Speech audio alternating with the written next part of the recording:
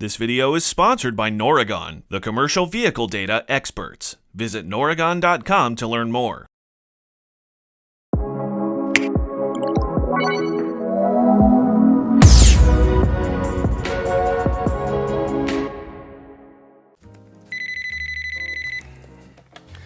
Hello? Hey, boss. Okay. Off the top of my head, I'm not really sure why our costs on repairs would be through the roof. It could be our stock. It could be some of the after treatment issues. We've had a rash of those. It could be tires. Tires is always a thing. Let me, you know what? Let me dig into it. I'll get back to you. Yes. Right. As soon as possible. I'm on it. Okay. Bye. Oh, gosh. I hate those calls. I got a gut feeling that we've been pushing our truck life cycles too far, and now we're seeing the consequences. I gotta tell the boss something. Go with your gut. You're the pro here. How long you been doing this? 3, 4, 5 years. Yeah, a long time. You've seen it all. Horrible after treatment issues, ripped up rubber tires, that one repair with the raccoon. Yep, no one knows truck repair better than you. If you think it's trade cycles, then it's trade cycles. No reason to think it's your own repair process.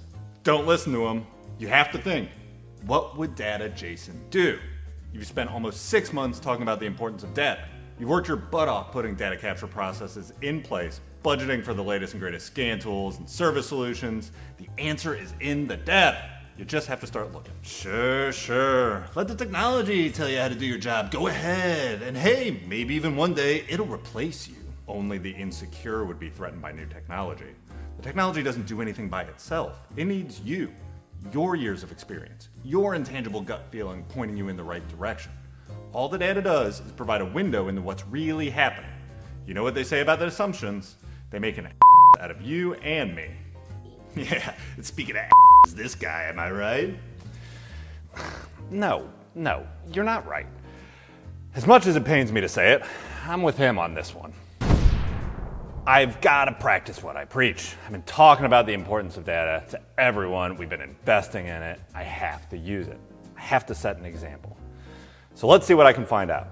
While I do that, here's our Noragon Pro with some tips on how to make data matter in your shop. We talked about in the last episode, we talked a little bit about how you can avoid costly input errors by utilizing a tool that can gather, the VIN information and the mileage and all that stuff. This portion of it is you can use the antidote of, I like to talk about JPro's logging capabilities when I'm doing a demo, right? It's the CYB, cover your butt. You got to catch a snapshot. As soon as that truck comes into your bay, you've got to catch the snapshot when it leaves.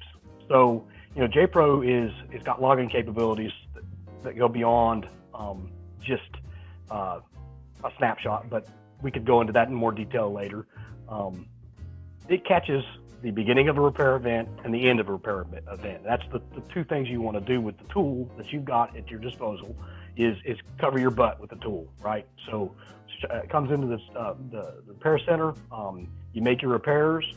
You're going to do a connection to get it triaged and in, and so you have that snapshot.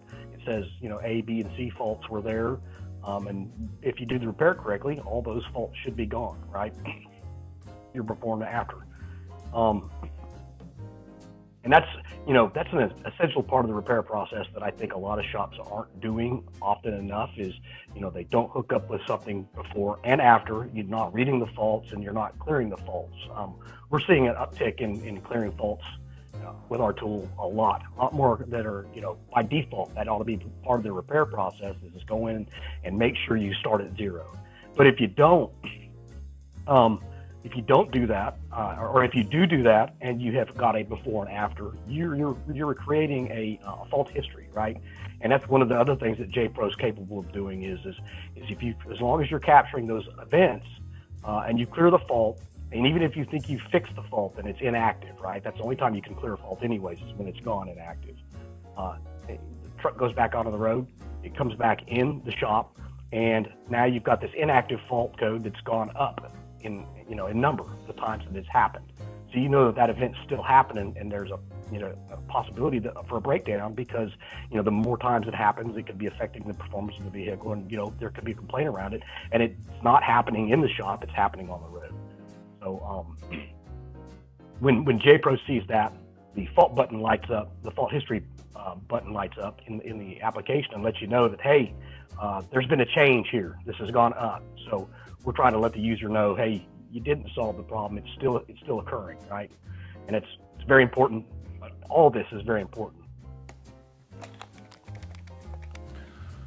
Hey boss, yes, did some digging into our service data, and it looks like we're sinking costs into two major issues. First, our tire removals are happening way earlier. We're seeing some instances of casing failures and some increased scrubbing. On the other hand, engine costs have gone through the roof. We're seeing increased unplanned maintenance with our trucks that are in their 4th year of service. Yes, sir. Yep, I'll send you all the data reports I have here for your review. Great, thanks. Do me a favor, don't tell Data Jason about this. I'll never hear the end of it when he gets back from his upgrade, when we talk about benchmarking next time. Let's keep this between you and me, okay? Same goes for you. Just between us, and I'll see you next time.